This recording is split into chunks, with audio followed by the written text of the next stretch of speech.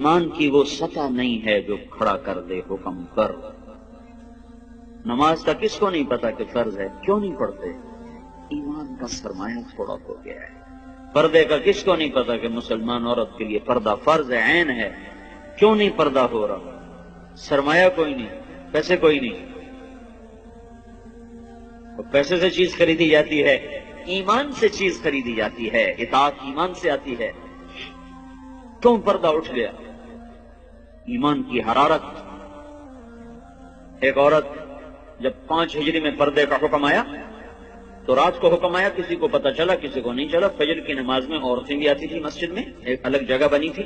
جب ایک خاتون آئی، دیکھا تو ساری عورتیں پردے میں چادروں میں چھپی۔ تو تمہیں کیا ہوا؟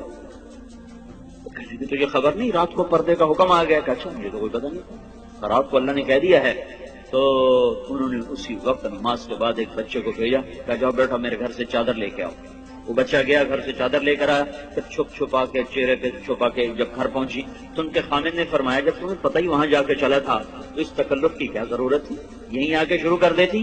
تو فرمانے لگی اللہ کے حکم کا پتہ چلنے کے بعد میری جرأت نہ ہوئی کہ ایک قدم بھی اس کی مرضی کے خلاف اٹھاؤں۔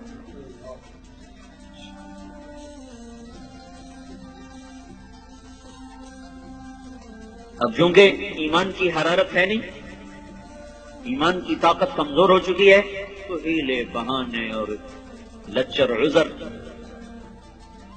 حضرت فاطمہ رضی اللہ تعالیٰ عنہ کا انتقال ہونے لگا تو اپنی خادمہ سے کہا، حضرت علی موقع پر موجود نہیں، کہا کہ غسل کا پانی رکھا۔ انہوں نے غسل فرمایا کہ میرا فلان جوڑا نکالا، چارپائی میری بیچ میں کر دی، انہوں نے کمرے کے بیچ میں چارپائی کر دی، ایسے لیٹی، قبلے کی طرف منہ کر کے کہنے لگی میں مرنے لگی ہوں، علی سے کہنا میرا غسل ہو چکا ہے، میرا کوئی کندھا بھی نہ ننگا کرے، میرا کوئی نہ سطر کھولے، میں نہا چکی ہوں، میرا غسل ہو چکا۔ ان کو مرنے کے بعد بھی یہ فکر ہے کہ میرا کندھا ننگا نہ ہو۔ آج کے لباس نہیں دیکھتے ہو، ساری کمر ننگی ہو رہی ہے، سارے بازو ننگے ہو رہے ہیں۔ یہ مغرب کی بیٹیاں بن کے عزت پانا چاہتی ہیں۔ مغرب کی عورت نے آزاد ہو کر بڑا دکھ پایا ہے، مجھے میرے رب کی قسم۔ اس کی آزادی نہیں، ہلاکت ہے، ہلاکت۔ میں آپ کو چھپاؤ، جتنا چھپو گی اتنا اللہ کے ہاں روشن ہو جاؤ گی، جتنا ظاہر ہوگی اتنا اللہ کی نظر میں ذلیل ہو جاؤ گی۔ یہ تو پاگلوں کا جہان ہے، پاگلوں کے پیچھے چل پڑو گے۔ ہماری مائیں وہ ہیں جنہوں نے موت کے بعد بھی کہا میرا سطر نہ کھلے، کوئی میرا کندھا بھی نہ دیکھے۔ حضرت علی تشریف لائے تو انتقال ہو چکا، تو خادمہ نے کہا کہ یہ فرما کر گئی ہیں، فرمایا ایسا ہی ہوگا، ایسا ہی ہوگا۔ اسی طرح جنازہ اٹھایا گیا، اور پھر اس سے کچھ دن پہلے کی بات ہے، اسماء بنت امیس سے کہنے لگی میری میت کا کوئی ایسا انتظام کرو کہ کسی کو پتہ بھی نہ چلے میرا قد کیسا، میرا جسم کیسا۔ تو انہوں نے کہا میں نے حبشہ کی ہجرت کی تھی، تو وہاں عورت کو دفن کرنے کے لیے، عورت کی میت اٹھانے کے لیے ہوتا ہے کہ وہ چارپائی کے اوپر ایسے وہ لکڑیاں جو لچکدار ہوتی ہیں وہ اس طرف پھنسا دیتے ہیں، اس کے اوپر چادر ڈال دیتے ہیں، تو اس سے وہ سارا وجود اندر چھپ جاتا ہے، پتہ ہی نہیں چلتا قد کیا ہے، موٹائی کیا ہے اور چھوٹائی کیا ہے۔ کہ بس میرے ساتھ بھی ایسا ہی کرتا۔ ایک مدد اللہ نے کی کہ میں رات کو اندھیرے میں اٹھایا، دن کے اجالے میں نہیں اٹھایا۔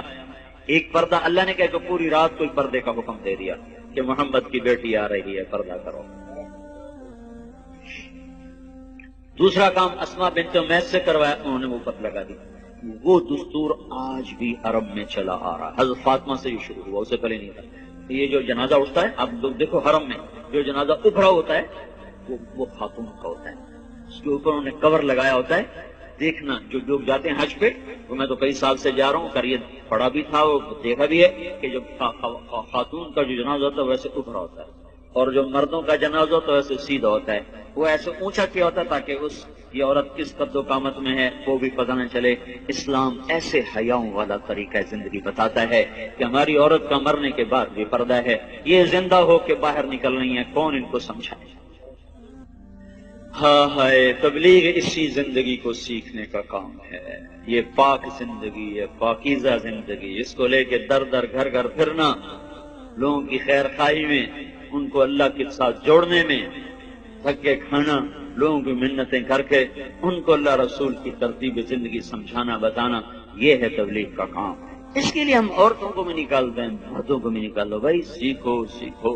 اوپر سے ہواؤں کا تیور بدلا ہوا ہے، پانی بکھر چکا ہے، زمین بے لگام ہونے کا ہے، سمندر اچھل اچھل کے اپنے غصے کا اظہار کر رہے ہیں۔ اللہ تعالیٰ کی طرف سے نشانیاں ظاہر ہو رہی ہیں کہ یا سیدھے ہو جاؤ یا پانی کی لگام کھل سکتی ہے، یا زمین اپنی کروٹ بدل سکتی ہے، یا ہواؤں کی لگام ڈھیلی ہو سکتی ہے، یا چاند سورج کی گردش وہ ہمارے خلاف چل سکتی ہے، اور کوئی اللہ لاؤڈ اسپیکر لگا کے بتائے گا کہ بس کرو، ختم کرو، باز آ جاؤ۔ انہی چیزوں سے اللہ بتائے گا کہ لوٹ آؤ لوٹ آؤ لوٹ آؤ لوٹ آؤ۔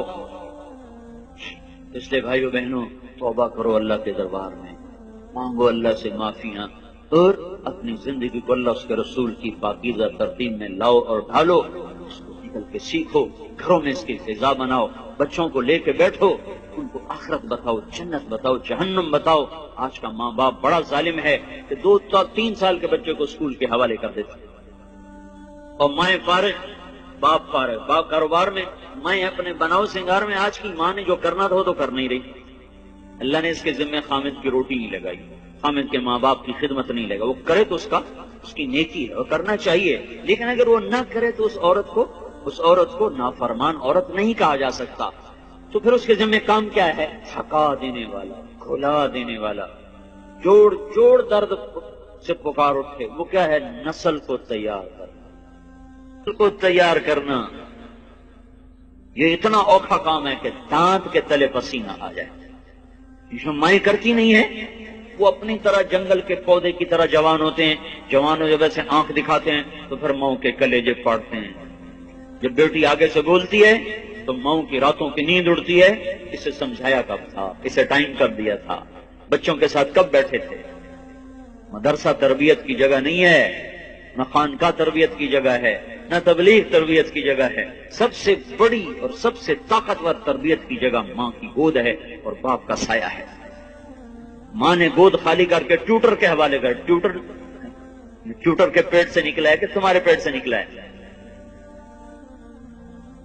حوصلوں میں 11 سال کا تھا، میرے باپ نے مجھے حوصل میں ڈالا۔ چھوٹے چھوٹے بچوں کو حوصلوں میں دھکا دے دیا، فارغ تو وہ جنگلی جانور کی طرح اور جنگل کے کانٹے دار جھاڑی کی طرح وہ پروان چڑھتے ہیں، انہیں کیا خبر کہ ماں کیا ہے، باپ کیا ہے۔ تو اللہ کا احسان ہوا، تبلیغ کا کام چلا اور اللہ تعالیٰ نے ہمیں راہیں سجھا دی، دکھا دی۔ اپنی اولاد کے لیے وقت نکالو، گھروں میں بیٹھو، صحابہ کی سیرت پڑھو، حضور کی سیرت پڑھو، جنت جہنم کے واقعات سنو، پڑھو، سناؤ، ان کے معصوم ذہنوں میں ڈالو۔ تو آگے جب چڑھیں گے، پروان چڑھیں گے تو کچھ اپنے اوپر پھلدار ہو کر وہ نکلیں گے، ورنہ تو وہ کانٹے دار جھاڑیاں بنیں گے، کانٹے دار۔ سے وقت دو، اپنے آپ کے لیے وقت نکالو، اپنی نسل کے لیے وقت نکالو، اپنے گھروں کو مسجد بناؤ، گھروں کو مسجد بناؤ۔ زبان کا بول بڑی طاقت رکھتا ہے، زبان کے بول میں اللہ نے اثر رکھا ہے۔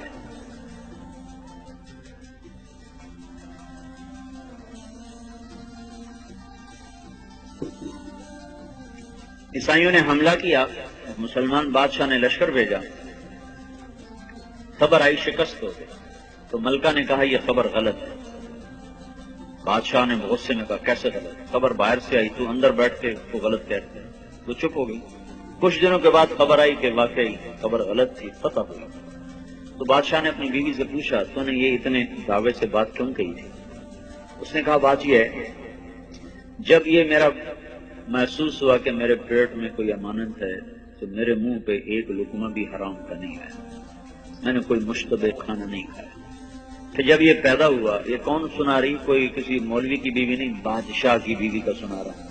جب یہ پیدا ہوا تو میں نے جتنی دفعہ اسے دودھ پلایا، پہلے 2 نفل پڑے پھر دودھ پلایا، وضو کیا 2 نفل پڑے دودھ پلایا۔ 2 سال میں نے یہ چکی چلائی ہے، 2 سال میں نے یہ مشقت برداشت کی ہے، کہ ہر دفعہ اس کے لیے میں وضو کرتی، نفل پڑھتی، پھر دودھ پلاتی، تو جو اتنا پاک دودھ پی کے پروان چڑھے وہ کافر کے آگے کیسے بھاگ سکتا؟ یہ خبر اگر آتی کہ شکست ہوگی اور میرا بیٹا شہید ہو گیا تو پھر اس کو میں مان جاتی، لیکن میں یہ نہیں مان سکتی کہ جس کو میں نے ایسا پاک دودھ پلایا ہو وہ موت کے ڈر سے بھاگ جائے۔ یہ کام آج کی ماں نہیں کر رہی ہے۔ اس کا سلیقہ سیکھنے کے لیے تبلیغ میں وقت دو کہ بچوں کو کی تربیت کرنی کیسے ہے اور گھر کی زندگی کو جنت کیسے بنانا ہے۔